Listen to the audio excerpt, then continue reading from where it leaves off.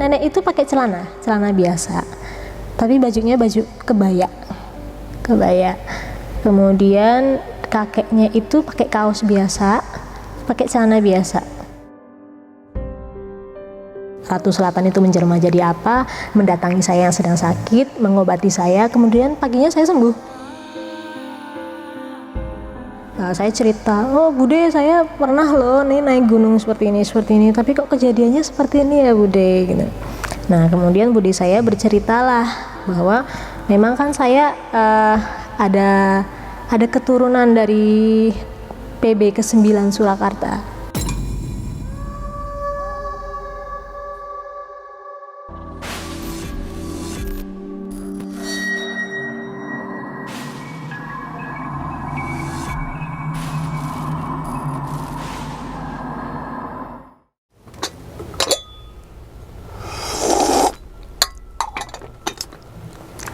Assalamualaikum warahmatullahi wabarakatuh. Kembali lagi bersama gue Sumar Adi Wijaya atau biasa dipanggil Umang dalam segmen Kisah Mistis Pendaki. Nah, teman-teman semua, seperti biasa dalam segmen Kisah Mistis Pendaki, saya tidak akan membawakan sebuah cerita dan namun menghadirkan narasumber yang akan menceritakan pengalaman mistisnya tentunya saat pendakian gunung. Di samping saya sudah ada Kak Hesti. Waduh Kak, terima kasih banyak Kak ya. Dan ini juga ada nama siapa? Anaknya Kak? Iya, anaknya. Siapa Kak namanya Kak? Namanya Renjana. Renjana. Ini jadi podcast keluarga. Wah, ikut nih. Iya, jadi ini person nih Kak. Ada narasumber yang sambil bawa keluarganya, anaknya nih. Wih, ada ya. Podcast ada keluarga Renjana, ini. podcast keluarga nih. Oke, sebelumnya gimana nih Kak? Kabarnya nih Kak? Alhamdulillah baik. Baik Kak ya, Ya. salam untuk teman-teman dan juga salam untuk keluarga di rumah nih Kak. Ya, Nah, sesuai dengan nama segmennya nih Kak, yaitu Kisah Mistis Pendaki, berarti Kak Esti akan menceritakan pengalamannya saat naik gunung tuh Kak ya? Betul. Naik gunung mana sih Kak? Waktu itu tahun 2014 September ya, di Gunung Lawu. Gunung Lawu 2014? Iya, betul. Lewat jalur mana itu Kak? Via ini, Cemoro Sewu. Cemoro Sewu? Betul. Wow, oke. Nah, kalau boleh tahu lagi nih Kak, inti daripada ceritanya itu apa itu Kak? Dari pengalaman saya itu seperti kayak dijagain oleh leluhur sih sebenarnya, seperti itu ya. Leluhur? Iya, leluhur. Oke, ini kayaknya ya begitulah. Oke, Iya. tahan dulu kayak ceritanya. Betul. Tanpa berlama-lama lagi, kita langsung masuk aja ke dalam ceritanya. Ngopi horor segera dimulai.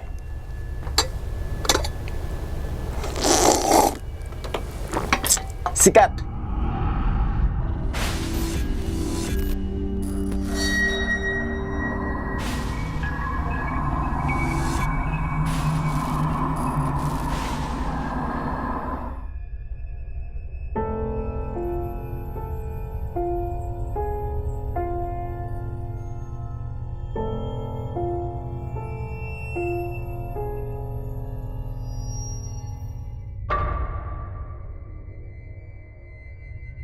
Awal perjalanan itu kan kita rencana pendakian itu 13 orang. 13 orang itu dimulai dari September 2014. Saya lupa tanggal berapa ya untuk tepatnya.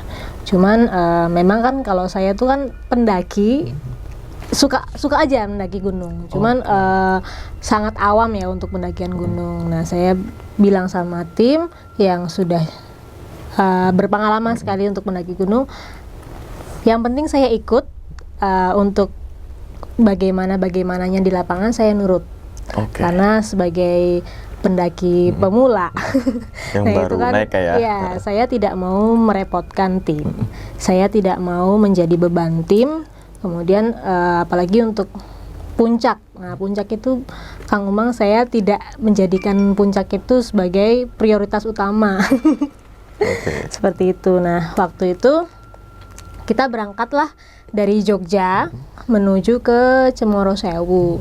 Nah, itu dari Jogja itu udah siang, sampai di Cemoro Sewu itu sudah sore ya. Kita istirahat dulu di base camp. Di base campnya untuk registrasi seperti biasanya. Kemudian cuaca waktu itu hujan deras sekali. Jam 9 kita baru naik, kurang lebih jam 9 ya waktu itu. Nah, perjalanan itu kan kita 13 orang, 4 perempuan. Kalau iya yang 4 perempuan. Nah, yang sudah biasa naik gunung itu satu perempuan itu. Oh. Nah, 3 di antaranya itu pernah naik gunung. Hampir dikatakan belum ya. Oh, belum. Maksudnya baru sekali 2 kali lah gitu. Bisa dikatakan pemula sekali.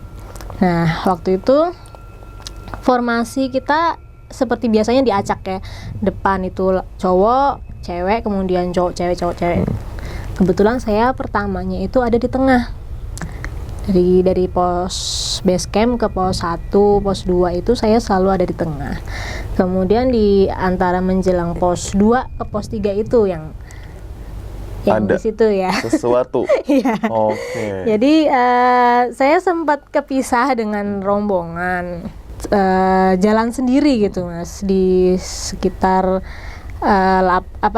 tanah yang lapang, ada semak-semak gitu ya istilahnya, lapang gitu. Saya merasakan saya jalan sendirian dan teman-teman saya sudah ada di depan, kemudian ada juga di belakang tapi jauh.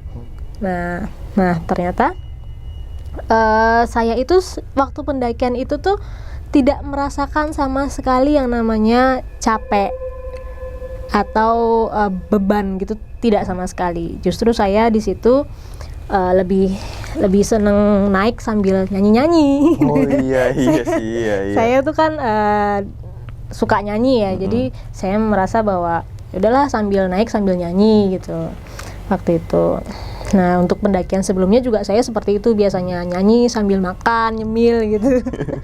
Nah, sampai pada akhirnya di jadi sebelum pos 3 itu ada kayak tanah lapang itu, saya diberhentikan oleh teman-teman saya di situ. Hesti, ayo kita diriin tenda di sini, kamu istirahat dulu. Di situ kan saya nggak paham ya. Di situ saya nggak paham apa maksudnya saya diberhentikan. Padahal kan sebenarnya fisik saya sih sebenarnya masih kuat, hanya saja saya sedikit kedinginan.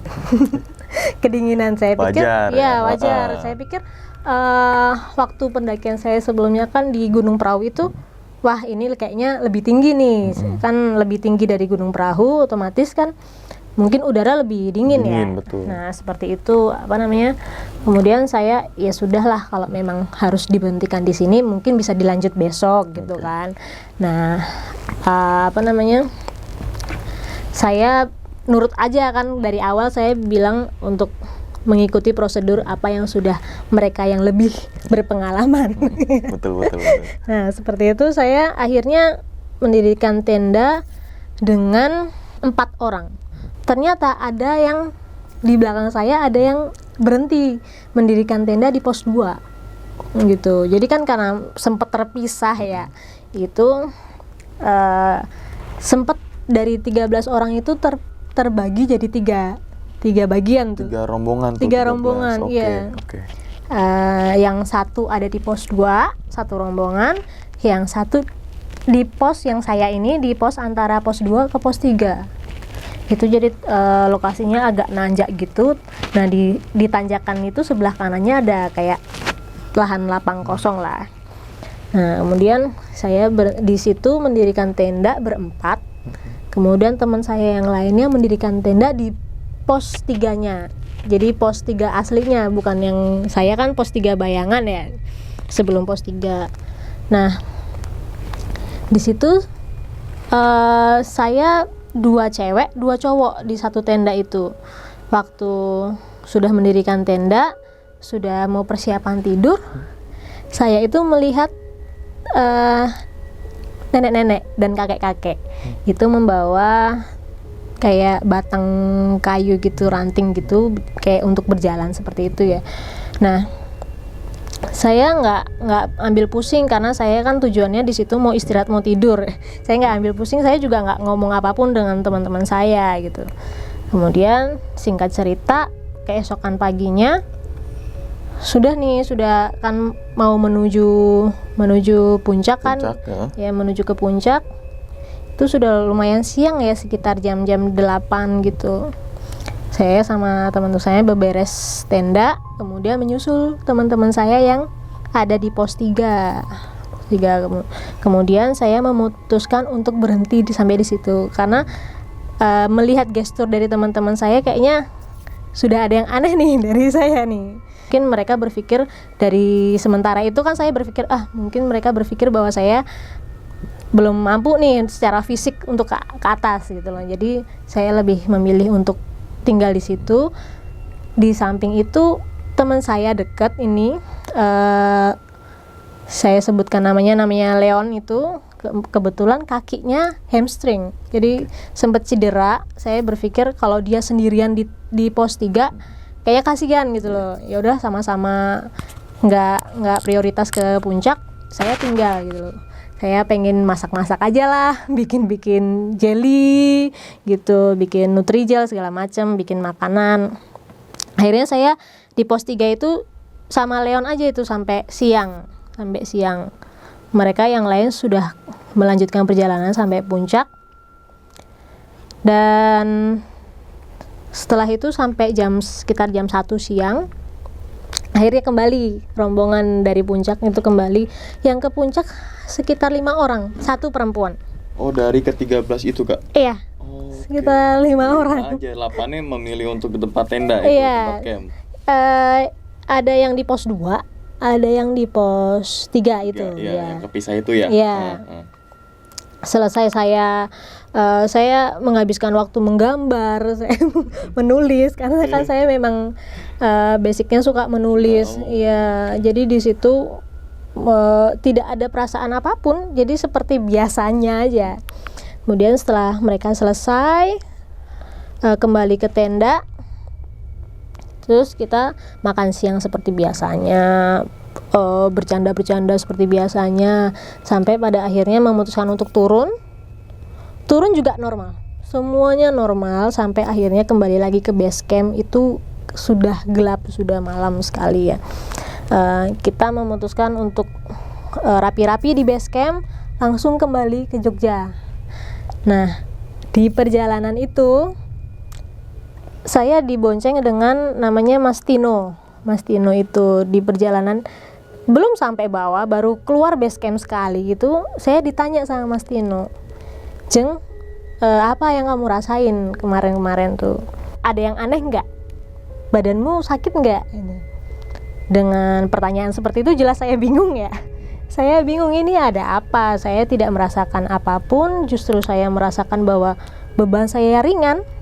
Justru perjalanan itu saya sangat menikmati sekali gitu loh. Saya sangat menikmati sekali.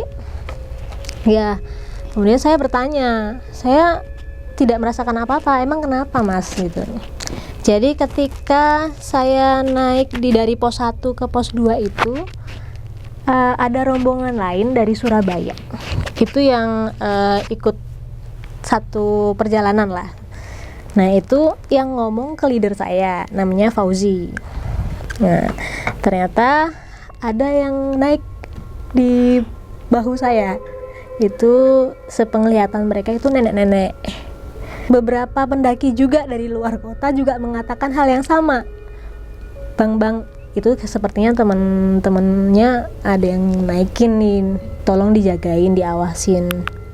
Nah, jadi saya baru ngeh nih, jadi mengingat perjalanan, kenapa nih pas pulang itu, pas perjalanan turun itu kok saya seperti dispesialkan ya. Iya. Jadi kayak ini kenapa sih maksudnya yang awal-awalnya saya sempat kepisah lama, pulangnya saya dijaga gitu loh.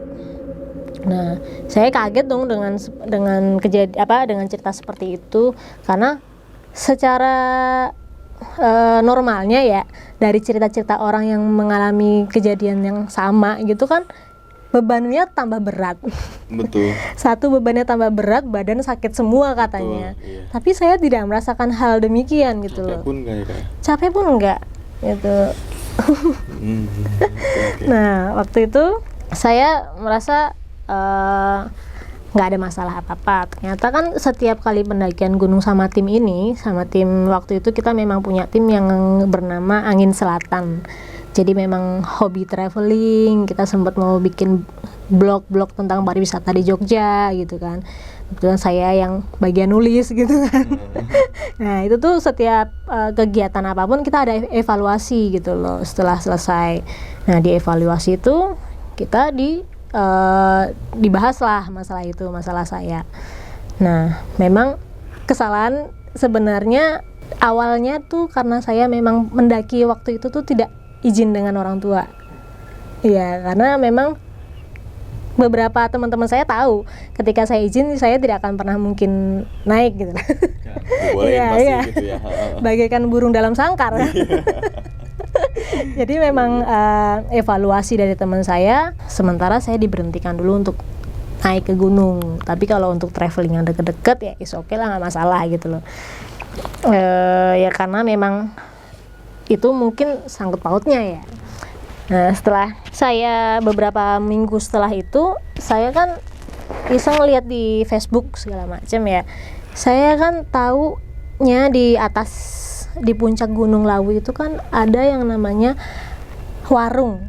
Iya. Warung siapa ya? Boyem. Boyem ya. Boyem, Ya, betul. Boyem itu saya pikir yang malam itu saya lihat itu rombongannya Boyem yang mau buka warung di sana. Yang mohon maaf yang bawa kayu itu. Iya, itu kan kakek-kakek dan nenek-nenek. Saya pikir Boyem lah, karena saya memang dari bawah saya tahu di puncak tuh ada warung loh, kita bisa makan Indomie loh di sana. Teman-teman saya bilang seperti itu. Nah, saya nggak ambil pusing kan, makanya saya nggak cerita. Tapi yang bikin saya kaget, ternyata kan sosok Boyem itu kan yang berbadan Iya. besar Agak dengan gemuk pakai ya. jilbab Iya. gitu kan. Nah yang saya lihat itu bukan. Jadi yang saya ini pun sampai sekarang tidak saya ceritakan ke teman-teman saya karena memang saya kan nggak ada bayangan kalau itu bukan Boyem.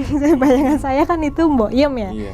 Jadi setelah itu kejadian itu selesai juga saya tidak membahas sama sekali dengan teman-teman saya. Ya udahlah, memang evaluasinya besok lain kali ketika saya mendaki gunung saya harus benar-benar dapat izin nih gitu kan. Itu kan kepercayaan masing-masing ya, tapi ya ternyata memang itu yang saya alamin. Ternyata yang saya lihat waktu malam itu tuh sosoknya kurus kering, nenek-nenek dengan rambut yang dicepol gitu. Nenek itu pakai celana biasa, tapi bajunya baju kebaya. Kemudian kakeknya itu pakai kaos biasa, pakai celana biasa. Kalau warga sekitar kayaknya kok aneh ya. Kok bisa sampai Iya. situ ya? Berarti kan udah berumur banget ya kayak. Berumur banget Iya kan, ya. gitu, betul, Iya, betul. maksudnya yang saya lihat Boyem aja itu kan Ditandu. ditandu, naik digendong itu kan ya. dia ditandu ya. Cuman kok ini Jalan. tuh terlalu sepuh deh kalau untuk dari bawah bener-bener pure berjalan itu menurut saya terlalu sepuh gitu loh. Nah, setelah beberapa tahun ya saya konsultasi sama bude saya perihal masalah tersebut gitu loh. Saya cerita, oh bude saya pernah loh nih naik gunung seperti ini, tapi kok kejadiannya seperti ini ya bude gitu. Nah kemudian bude saya berceritalah bahwa memang kan saya ada keturunan dari PB ke-9 Surakarta, Kasunanan Surakarta. Nah di situ memang kata bude saya ada hal yang spesial yang ada di diri saya, dalam arti penjagaan itu tuh berbeda dengan teman-teman saya yang lainnya gitu loh. Nah saya tidak tahu maksud yang dikatakan nenek-nenek ada di bahu saya itu maksudnya apa gitu loh.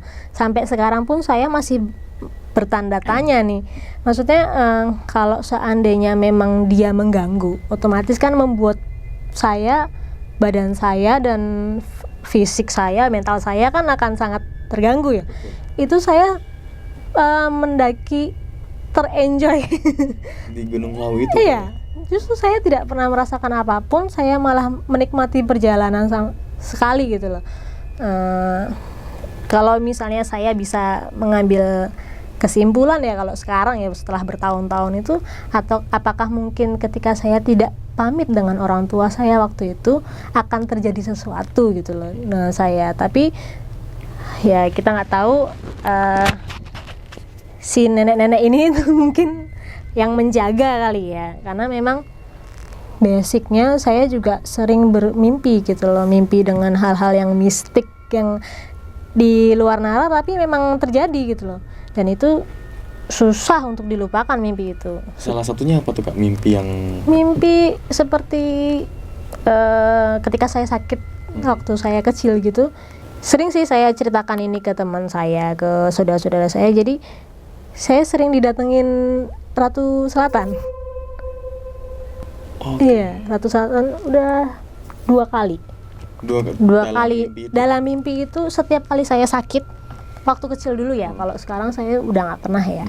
Waktu kecil itu detail mimpinya itu sampai sekarang masih teringat sekali gitu loh. Jadi menjelma, Ratu Selatan itu menjelma jadi apa, mendatangi saya yang sedang sakit, mengobati saya, kemudian paginya saya sembuh. Seperti itu. Oh, tidur aja tuh Kak? Iya, tidur aja kan. Sembunyi nanti mimpi kayak. Iya, Wow. saya sempat ada, jadi kan itu terbawa gitu. Saya juga menanyakan itu ke bude saya, apakah seperti hal-hal seperti itu tuh memang terjadi ke saya gitu. Ya bude sih bilang kemungkinan besar iya, karena memang kan ya itu lagi ya, balik lagi percaya dan tidak percaya. Yang mempunyai keturunan darah dari keraton, misalnya seperti itu ya, keraton itu kan memang ada yang spesial yang menjaga gitu loh. Nah ya sebenarnya balik lagi ke percaya atau tidak, tapi ya memang saya mengalami itu sih. Saya juga tidak bisa memberikan statement bahwa itu betul yang menjaga saya atau enggak, tapi ya memang sampai sekarang pun saya bingung sendiri kan. Tapi sempat di mimpi-mimpi lagi Kak sama yang si nenek-nenek itu? Enggak. Cuma berarti yang di Gunung Lawu aja? Yang di Gunung Lawu aja. Tapi setelah kejadian itu saya jadi lebih peka. Oh, efeknya ke situ. Iya, Nggak betul. ketemu sama si beliau, namun lebih Iya. kepeka. Iya, kepeka. Oke. Karena kan kalau dulu kan ketika teman-teman saya cerita, saya udah lihat seperti ini nih, saya bingung, saya nggak tahu kan. Belum pernah ngeliat yang nggak terlihat, misalnya penampakan saya nggak pernah ngeliat. Tapi setelah kejadian itu beberapa kali sampai sekarang pun saya lebih pernah jadi lihat gitu. Oh, jadi ngeliat begituan kayak? Iya. Yang alam-alam beda lah, alam lah. Oke. Ada beberapa kali pengalaman sih, walaupun nggak sering, tapi kan saya jadi kayak berbeda ya. Pengalaman paling serem selama nggak naik gunung pas di mana itu? Pas saya KKN. KKN? Iya, KKN di Turi Sleman. Iya. Jadi waktu itu siang hari itu, Mas. Siang hari saya lagi mau bikin layar gitu kan untuk presentasi atau apa ya, saya lupa. Saya dengan suami saya lagi duduk-duduk tuh di ruang tamu rumahnya ini. Ada kayak sebuah gang gitu dari kamar menuju dapur. Nah saya ini lagi main handphone ini berdua sama suami saya, dulu masih pacaran sih. Itu nggak tahu pandangan kita sama, dari situ tuh ada kaki tapi tidak ada badannya. Wah, kaki doang itu Kak? Iya, kaki dengan jari itu nyebrang dari kamar ke dapur. Dan itu tuh kita tuh langsung sama-sama ngelihat. Kamu ngelihat? Iya, aku juga lihat. Jadi itu bener-bener yang shock gitu loh, kaget gitu. Kemudian ya beberapa lagi kayak teman-teman saya kesurupan di tempat itu gitu loh. Oh, berarti emang dasarnya tempatnya itu Iya. horor atau emang karena ada penjagaan khusus gitu? Ya, saya nggak tahu ya. Nggak tahu Pokoknya setelah itu yang pertama kali diganggu waktu KKN itu saya, yang lampu mati Justru KSC goyang-goyang. dulu Iya. yang dapat gangguan itu. Yang dapat gangguan itu pertama kali saya di rumah itu. Kemudian baru nyusul nih teman-teman saya yang banyak yang kesurupan. Ada yang punya pegangan keluar semua gitu-gitu sih.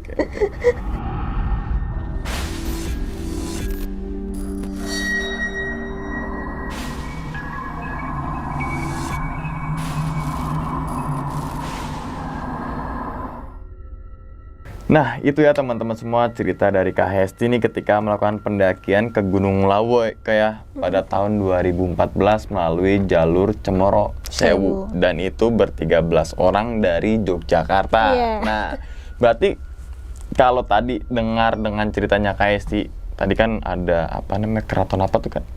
Keraton Solo. Solo. Iya. Berarti emang Kak Hesti aslinya itu dari Jogja. Saya itu aslinya lahir di Jogja, cuman mama saya yang asli Solo, papa saya asli Jogja. Solo Jogja. Iya. Berarti bis Eka tuh Kak. Solo Jogja. Eka kan tuh. Patas cepat Eka Solo Sumber Jogja. alam juga bisa. Wah, sumber alam gokil lah gitu. Bener. Nih kata yang nonton ngapain sih mau bahas bis gitu. Itu kalau teman-teman semua kalau lewat Jogja Solo, lewat jalur itu tuh kayak yang antar provinsi itu tuh. Iya. Itu kalau ada bis itu minggir deh mendingan.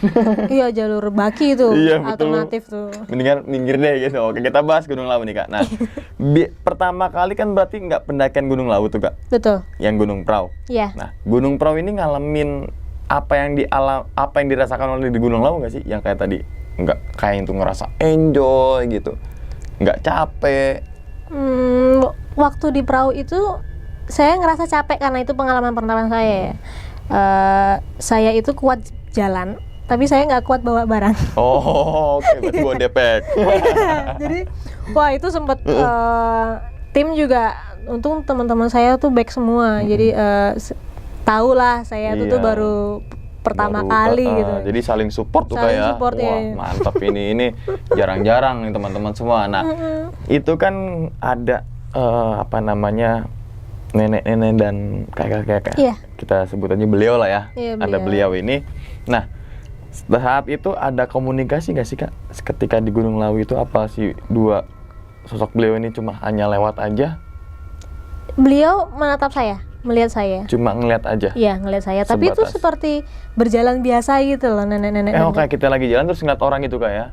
Iya, Gitu. saya kan di dalam tenda itu udah mau persiapan tidur, tinggal menunggu teman saya yang menutup tendanya. Pintu tenda. Iya kan. Nah, saat itu temen kayak sih ngeliat gak sih saat kondisi kayak gitu? Kondisi enggak, mereka dengan kegiatannya masing-masing. Masing-masing. Iya.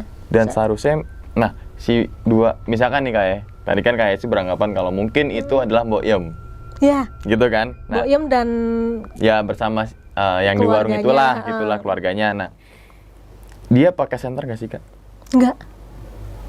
Hanya kayu dan ini ada kayak keronjot gitu loh.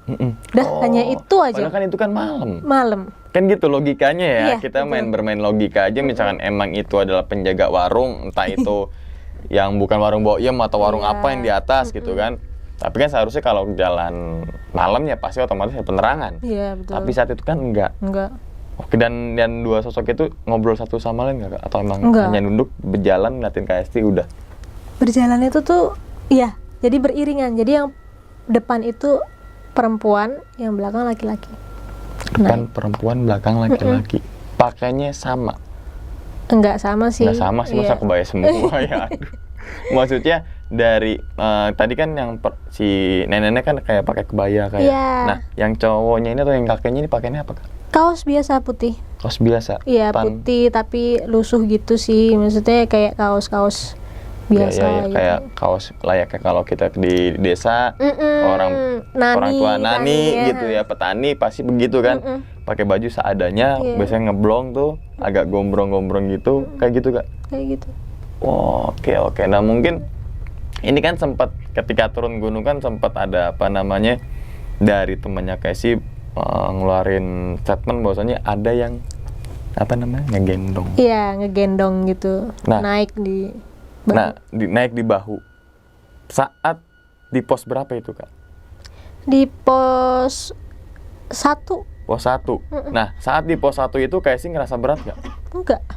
Misalkan itu digendong ya, Iya. logikanya gitu kan. Iya. Biasanya kalau teman-teman sama pendaki kan, wah berat nih, berat. Kata pengakuan temennya, wah lo ada gendong lo gitu. Tapi seharusnya kan agak berat tuh Kak. Tapi ini nggak sama sekali. Enggak sama sekali. Wow. Bisa dibilang gini dong Kak. Bukan ngebandingin gunung, tapi ketika naik Gunung Prau sama Lawu ini lebih enakan ke Lawu. Iya. Gitu dong ya. Betul. Logikanya kan. Iya. Lebih tadi nggak capek, enteng jalannya. Betul. Di Cuman gunung lebih dingin aja saya. lebih dingin emang wajar lah kayak Iya. wajar. Nah, terus juga kan sempat disinggung bahwasanya ketika di selepas turun itu kayak bahwa KST nemuin Bude ya. Oh, itu udah beberapa tahun setelah Pendakian nggak baru turun langsung ke itu kan. enggak. Bosnya ngasih kayak Kayak apa lagi ya? cerita-cerita. Lagi cerita kemana-mana gitu kan. Oh iya, sempet ada ini dan situ ngobrol tuh Kak, sempet ada obrolan yang serius atau hanya sebatas nanya. Ngobrol biasa sih gitu. Cuman memang diberikan pesan bahwa ya memang kita bisa dikatakan spesial ya, walaupun saya tidak menspesialkan diri, tapi itulah pesan dari Bude dan keluarga besar ya memang seperti itu. Berarti pas di Jogja itu ya kayak pas pulang ke Kebetulan Bude saya yang tinggalnya di Solo. Oh, yang di Solo. Iya, waktu itu berarti kan saya ke Solo lagi tuh. Oh. Memang sering bolak-balik Jogja Solo. Jogja Solo ya deket lah 2 jam lah gitu ya. Solo Jogja. Oke. Nah, ini tadi ada sempat kita singgung dikit tuh kayak yang KKN tuh kayak. Betul. Nah, ini agak keluar sedikit tapi teman-teman semua nggak apa-apa. Itu kan ketika KKN itu kan KSI bersama berarti saat itu masih pacar kayak. Sekarang kan suami nih, ya kan? Nah, itu kan ada kaki. Ini saya belum ngebayangin nih Kak. Ada kaki lewat kayak di sebuah lorong. Ya. Itu kakinya sebatas paha Kak atau memang telapaknya aja gitu loh Kak? Bisa dikatakan segini ya, berapa ya? Di bawah lutut, di bawah lutut. Itu kan lutut terus kelihatan ya antara telapak kaki dengan kain jariknya itu ya, jari. Iya itu. Jari kaki ya. Nah, itu dia perawakannya gimana sih Kak? Kakinya itu tuh? Gede kah? Biasa kayak nenek-nenek ya, biasa. Oh, kayak ada. Ngebayang nih, baru kebayang nih. Nah, saya kan sempat konfirmasi tuh. Saya tahu di situ saya tinggal 1 bulan KKN. Dan kebetulan yang punya rumah juga seorang nenek-nenek, tapi belum tua sekali. Dan tidak pernah menggunakan yang namanya jari. Ya, pakai biasa. Iya.